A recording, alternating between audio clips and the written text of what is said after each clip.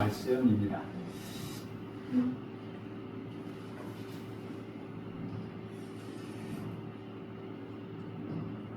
(4월에는) 고난주간에 이어서 부활주월이 있는 날입니다. 그렇기 때문에 어느 때와는 달리 좀 더 특별한 자세를 가지고 우리 이 한 달, 4월 한 달을 생각해야 되겠습니다. 당시 초대교회에서는 부활주일을 앞두고 2일이나 3일 동안 금식을 했습니다. 이 기간 동안 하루 한 끼 혹은 온종일 금식하면서 우리를 대신하여 주신 우리 구주 예수 그리스도를 기억하고 감사하며 경배했다는 것입니다. 주후 4세기경, 그러니까 교회가 굉장히 부흥하고 교회의 제도가 완전히 제도화되었을 때 사순절이라는 것을 만들었습니다. 사순절은 우리 예수님이 부활하기 직전 40일 동안을 특별한 방법으로 금식하신 절기였습니다. 그래서 예수님의 고난을 기념하기 위하여 하루 한 끼나 각자 정한 대로 40일 동안 금식하면서 그분을 기념하고 묵상하는 기간입니다. 그러나 중세 종교개혁이 일어나면서 잃어버렸던 복음을 다시 찾고 교회가 새로운 모습으로 단장하기 시작하면서 사실상 사순절이라는 구교회적, 즉 천주교적인 행사, 형식적인 행사를 따르지 않게 되었다는 것이죠. 오늘날 교회는 사순절이라고 하여서 특별한 행사를 하지는 않습니다. 그러나 우리 모두 반드시 기억해야 할 것은 예수께서 십자가를 지신 고난주간을 앞두고 우리 삶이 좀 더 경건해지고 좀 더 거룩해져야 한다는 것입니다. 할 수가 있다면 욕심을 절제하고 우리 구주 예수 그리스도를 더욱 묵상하면서 그분의 은혜에 감사하는 계획을 세우고 생활하는 것이 바람직하다고 저는 생각합니다. 이런 의미에서 오늘 말씀을 보면서 다시 한번 우리가 어떤 자세를 갖고 이 4월 한 달을 어떻게 살아가야 할 것인가를 성령께서 인도하심을 받기를 저는 간절히 바랍니다. 우리 구주 예수께서는 제자들에게 봐라, 우리는 지금 예루살렘으로 올라가고 있다 라고 말씀하십니다. 1절 말씀을 보시면 31절 말씀을 보시면 예수께서 12제자를 데리시고 이르시되 보라, 우리가 예루살렘으로 올라가노니 선지자들을 통하여 기록된 모든 것이 인자에게 응하리라. 그동안 예루살렘을 몇 차례 오르내리셨지만 이런 행차는 단순히 방문이 아님을 말씀하고 있다는 것이죠. 거기에 올라가면 선지자들이 이미 구약에서 예언하고 기록한 대로 인자가 이방인들, 즉 로마인들에게 넘겨져 희롱과 능욕과 침뱉음과 채찍질을 당한 다음 결국 십자가에서 죽게 될 것이라고 말씀하고 계시다는 것이죠. 그리고 사흘 만에 다시 살아날 것이라고 예언하고 계십니다. 구약 성경을 보면 우리 구주 예수 그리스도가 어떻게 세상을 떠나실 것인가를 세세하게 그리고 사실적으로 묘사하고 있습니다. 다윗의 시편 22편에서는 예수님은 사랑과 하나님으로부터 버림을 당하여 사람들의 회방거리와 백성들의 조롱거리가 될 것이다. 십자가에 매달려 수족에 못 박힌 채 죽게 될 것이며 그분의 겉옷과 속옷을 제비를 뽑게 될 것이다 라고 예언하고 있습니다. 이사야 선지자에서는 이사야 53장에서 예수 그리스도가 우리의 허물과 죄 때문에 상하고 찔릴 것이며 우리의 모든 죄악을 홀로 담당하게 될 것이라고 예언하기도 하였습니다. 그러므로 제자들에게 하신 말씀은 우리 예수님께서 예루살렘으로 가면서 그 예언대로 십자가의 고난을 당할 것이라고 말씀하고 계시다는 것이죠. 그 사건을 피할 수 없는 사건이거나 돌발적으로 일어날 사건이 아니라는 것입니다. 이는 이미 수백 년 전부터 선지자들이 예언했던 각본대로 일어나는 사건이었습니다. 곧 이것이 의미하는 바는 예수님이 하나님께 정해놓으신 길을 따라 가고 계시다는 것을 말씀하고 있다는 것이죠. 그런데 예수님께서 이런 사실들을 제자들에게 미리 말씀하신 데에는 다 이유가 있다는 것이죠. 당시 제자들은 손에 칼을 들고 이스라엘을 로마의 압제에서 해방시켜줄 그런 메시아에 대한 환상을 갖고 있었습니다. 이스라엘에게 이사야 선지자가 예언한 파라다이스를 세울 수 있는 메시아를 꿈꾸고 있었던 것이죠. 예수님이야말로 그렇게 하고도 남음이 있는 능력자라고 믿고 따라다녔습니다. 우리 예수님께서 초자연적으로 역사하면 로마로부터 이스라엘을 해방시킬 것이라고 그들은 굳건히 믿고 있었다는 것이죠. 31절 상반절에 보면 이렇게 말씀하고 있습니다. 예수님께서 두 제자를 데리고 이르시되 보라, 우리가 예루살렘으로 올라가노니 예수님 우리가 예루살렘으로 올라가자라고 말씀하시자 제자들은 지금이야말로 그때가 왔구나 하고 생각하며 마음으로 반겼을 것입니다. 그러나 우리 주님은 나는 예루살렘에 가면 이방인들에게 넘겨져 능력과 침뱉음과 모욕을 당하고 채찍질을 맞아 십자가에서 죽을 것이라고 말씀하십니다. 따라서 손에 칼을 들고 칼을 들고 있는 메시아를 꿈꿨던 제자들의 마음에는 십자가를 등에 짊어지고 가는 죽으시는 메시아란 도저히 받아들일 수 없는 이야기였다는 것이죠. 이럴 때 자기들이 듣고 싶었던 이야기가 아니었기 때문에 그 말씀이 귀에 들어오지 않았다는 것입니다. 34절에 보면 제자들이 이것을 하나도 깨닫지 못하였으니 그 말씀이 감췄으므로 그들이 그 이르신 바를 알지 못하였더라라고 말씀하고 있습니다. 여기서 우리는 배우는 것이 있습니다. 내가 듣고 싶은 결과는 귀에 잘 들어오지만 듣고 싶어지지 않은 말씀은 아무리 큰 소리를 전해도 다 옆으로 새고 만다는 것입니다. 손에 칼을 들고 있는 정복자인 메시아를 꿈꾸고 있는 사람에게 십자가에서 죽는 메시아에 대한 이야기가 들릴 리가 없다는 것이죠. 그래서 성경은 제자들이 이것을 하나도 깨닫지 못하였다고 말씀하고 있다는 것입니다. 그럼에도 불구하고 우리 예수님께서는 제자들에게 십자가의 죽음을 미리 말씀하신 이유는 하나님의 뜻이 무엇인지 분명히 아시고 계셨기 때문입니다. 하나님의 뜻은 자신이 십자가의 죽음으로 세상을 구원하는 일이었습니다. 십자가 길 외에 세상을 구원할 길이 없음을 우리 예수님은 너무나도 잘 아셨습니다. 그러므로 하나님께 절대 복종하기로 각오하십니다. 하나님께서 원하신 대로 세상을 위하여 생명을 내어 주기로 작정합니다. 그래서 예루살렘을 향하여 우리 예수님은 지금 발걸음을 옮기고 계신 것입니다. 요한복음 10장 18절에 있는 말씀대로 예수님은 세상을 구원하시기 위하여 스스로 십자가에 자기 몸을 맡기셨습니다. 요한복음 10장 18절에 이렇게 기록합니다. 이는 내게서 빼앗을 자가 있는 것이 아니라 내가 스스로 버리노라. 그래서 예수님 지금 예루살렘으로 향하여 올라가고 계신 것입니다. 마가복음에 보면 예루살렘으로 향해 올라가시는 예수님과 제자들의 모습이 제법 잘 그려져 있다는 것이죠. 우리 예수님은 묵묵히 죽음의 길을 걸어가십니다. 이어서 제자들이 그리고 그들로부터 조금 떨어져 수많은 무리들이 따라갑니다. 그런데 하나같이 그 길을 따라가면서 심히 두렵고 무서워했다는 것이죠. 마가복음 10장 32절에 이렇게 기록합니다. 예루살렘으로 올라가는 길에 예수께서 그들 앞에 서서 가시는데 그들이 놀라고 다른 자들은 두려워하더라. 여기에 우리는 어둡고 가라앉은 분위기를 금방 느낄 수 있다는 것입니다. 앞으로 무슨 일이 일어날지 모르고 당하는 사람과 무슨 일이 일어날지 잘 알고 당하는 사람은 그 차이가 천지 차이라는 것이죠. 무슨 일이 일어날 것인가를 세밀하게 내다보고 그것을 당하는 자는 그 비극을 겪기 전에 미리 2번, 3번 죽는 연습을 한다는 것이죠. 우리 예수님이 바로 그런 분이셨습니다. 그럼에도 불구하고 우리 예수님은 예루살렘을 향하여 한 발자국씩 그 발걸음을 옮기고 계십니다. 사랑하는 여러분, 저는 여기서 여러분에게 2가지 질문을 하고 싶습니다.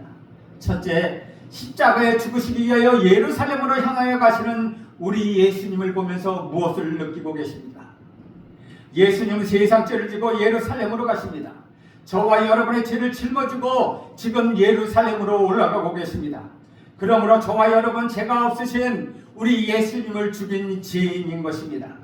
구약시대에 보면 이스라엘 백성들이 자신의 죄를 용서받기 위하여 어린 양에게 안수하고 자신의 죄를 정가시키는 절차가 있었습니다.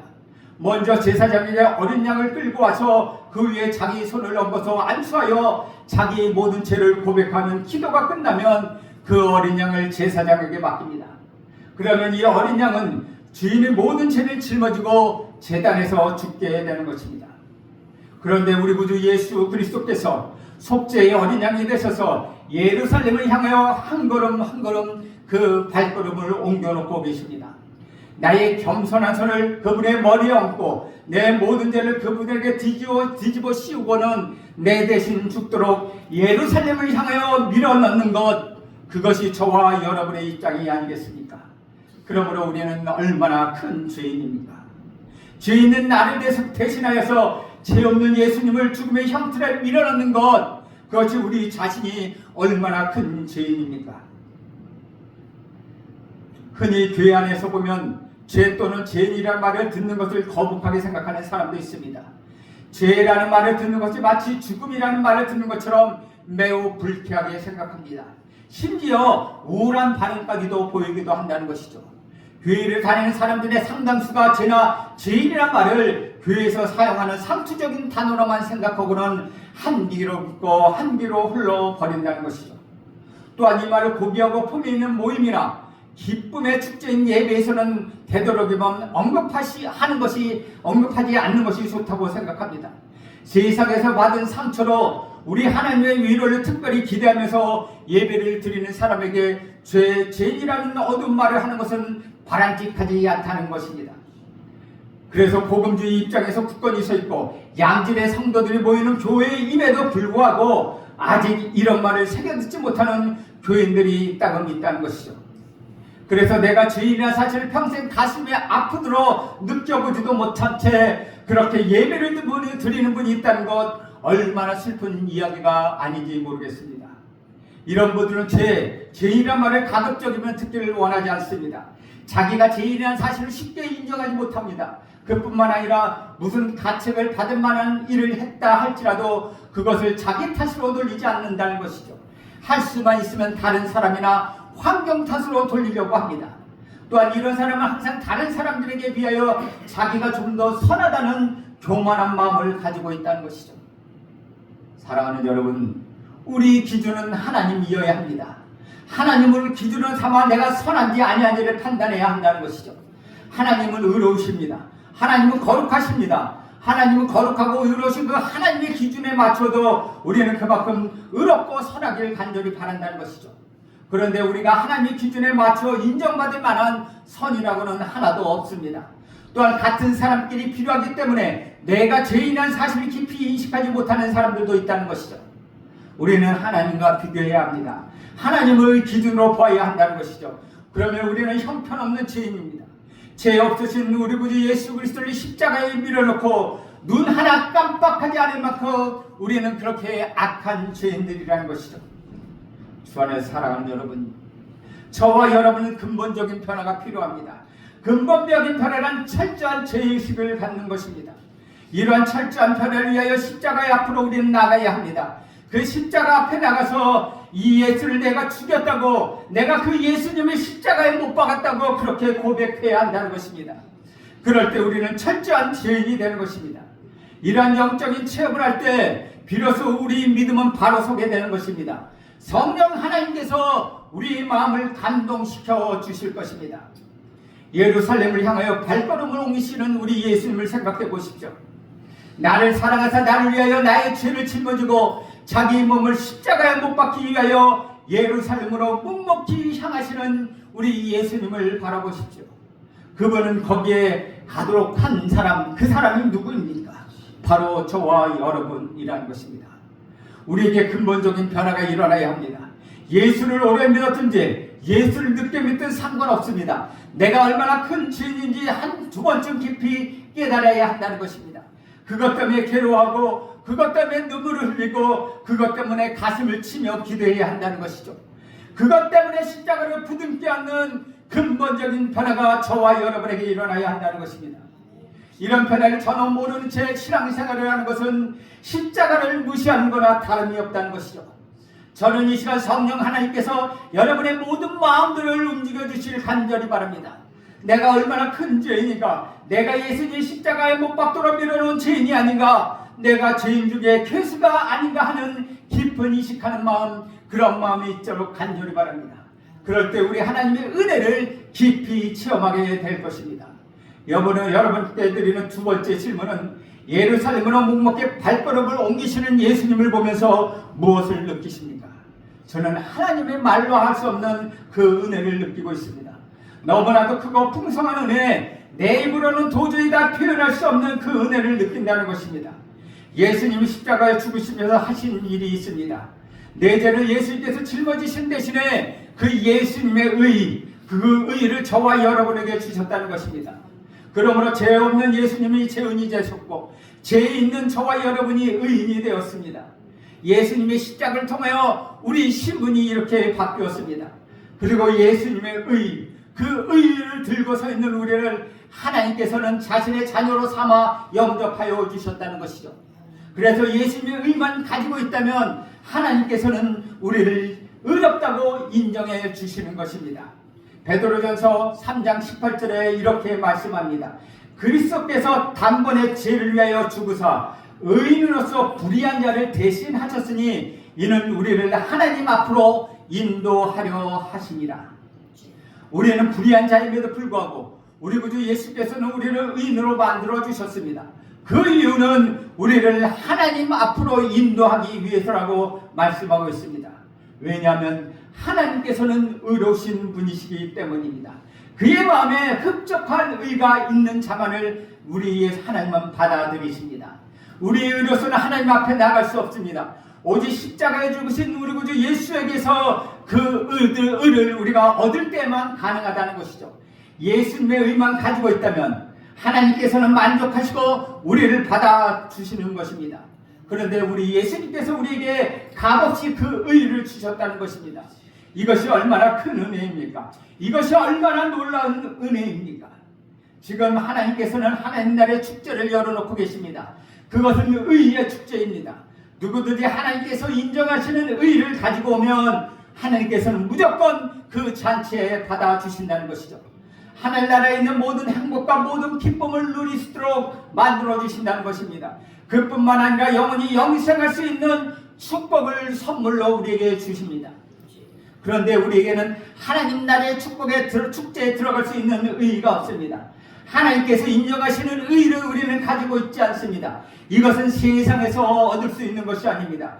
이것은 오직 십자가 밑에서 나 대신 죽으신 죄인이 되신 예수님, 그리고 자기 일을 나에게 넘겨주신 예수님, 자기는 죄인이 되고 우리를 의인으로 만들어주신 예수님, 이 예수님의 은혜 때문에 우리는 하나님 나라에 들어갈 수 있는 의의를 얻게 되었다는 것이죠. 그래서 이런 의의를 들고 우리는 하나님 앞에 당당히 나갈 수 있게 되는 것입니다. 하나님께서는 우리 손에 있는 우리 구주 예수 그리스도의 그 의를 보시고 우리의 과거는 묻지 않으십니다. 빈부귀천을 따지지 않습니다. 예수를 오래 믿었느냐, 늦게 믿었느냐, 방금 믿었느냐 따지지 않습니다. 그 의만 있다면 우리 하나님은 무조건 우리를 받아주시는 것입니다. 우리가 하나님 나라의 축제에 들어갈 수 있는 자격은 오직 우리 예수님께서 주시는 그 의, 그것을 소유하고 있느냐 아니냐에 따라 달려있다는 것이죠. 다른 어떤 것도 소용이 없습니다. 오직 우리 예수님의 의를 내가 가지고 있느냐 하는 것입니다. 사랑하는 여러분, 여러분은 예수님께서 십자가에 죽으심으로 말미암아 예수님의 의를 소유한 사람들입니다. 그렇다면 예수님의 의를 소유하는 것이 얼마나 큰 은혜인가를 깨닫고 있습니까? 그것을 감사하고 있습니까? 예루살렘으로 향하여 뚜벅뚜벅 걸어가시는 우리 주님, 머지않아 십자가 형틀에 그 발을 올려놓으실 우리 구주 예수 그리스도, 그분이 그렇게 비참한 죽음을 당하시는 이유는 저와 여러분을 의인으로 만들어 하나님 나라 축제에 참석할 수 있는 자격을 주시기 위함이었다는 것이죠. 우리가 이러한 주님의 사랑 때문에 우리 가슴 속에 눈물을 쏟고 흥분할 정도로 그 은혜에 깊이 감격해야 하지 않겠습니까? 자신이 흘리신 피로 우리에게 은혜를 주시고 우리를 의인으로 만들어주신 우리 구주 예수 그리스도, 이 은혜 앞에 울지 못하는 사람이 있다면 그 사람의 마음은 반석과 같을 것입니다. 그 은혜 앞에 무릎을 꿇지 못한다면 그 사람의 무릎은 교만한 무릎입니다. 그 은혜 앞에 가슴속에서 우러나는 뜨거운 사랑을 바치지 못한다면 그 사람은 중상을 받지 못한 자의 가슴일 것입니다. 주 안에서 살아가는 여러분, 이 은혜를 아십니까? 의가 없는데 나를 의인으로 만들어주신 이 은혜를 알고 계십니까? 하나님 앞에 당당히 나갈 수 있는 축복된 은혜를 느끼고 계십니까? 성령 하나님께서 여러분의 마음을 만지셔서 식어버린 이 은혜의 마음을 다시 한번 뜨겁게 해주시길 저는 간절히 바랍니다. 잃어버렸던 이 은혜를 다시 회상할 수 있도록 회복할 수 있기를 간절히 바랍니다. 생명이란 참으로 소중한 것입니다. 그런데 예수님이 저와 여러분을 대신 십자가에 죽으시고 저와 여러분을 의인으로 만들어 주셨습니다. 그래서 우리가 주님이 주신 그 의를 들고 하나님 나라에 가면 하나님께서 우리를 종신형에서 무기형으로 감행시켜 줄 것입니다. 더 나아가서 우리에게 완전한 자유를 주실 것입니다. 하나님과 더불어 영원토록 하늘에 있는 모든 축복과 행복을 누릴 수 있도록 허락하십니다. 여러분, 이 큰 은혜를 아십니까? 우리가 이런 은혜를 받고 있다는 것입니다. 이 은혜는 그냥 머릿속에 남아있는 상식으로 생각하지 마십시오. 결코 이 은혜는 당연한 것으로 여러분 받아들이지 마십시오. 여러분 가슴 깊이 이 은혜에 감격하는 여러분 모두가 되시기를 축복합니다. 그러므로 예루살렘을 향하여 발걸음을 옮기시는 우리 예수님, 그분의 그곳에 가서 십자가에 발을 옮겨놓으신 우리 예수님, 우리를 위하여 자기 생명을 바치신 그 예수님을 묵상하는 이번 고난주간이 되기를 간절히 바랍니다. 내가 얼마나 큰 죄인인가를 고백하십시오. 그리고 통회하십시오. 가슴치며 감격하며 하나님께 울부짖으며 기도하십시오. 예수님이 겟세마네 동산에 피와 땀을 흘리며 기도했던 그 기도처럼 여러분 가슴치며 피와 땀을 흘리며 기도하십시오. 그리하여 주님의 십자가의 비밀을 깨닫게 될 것입니다.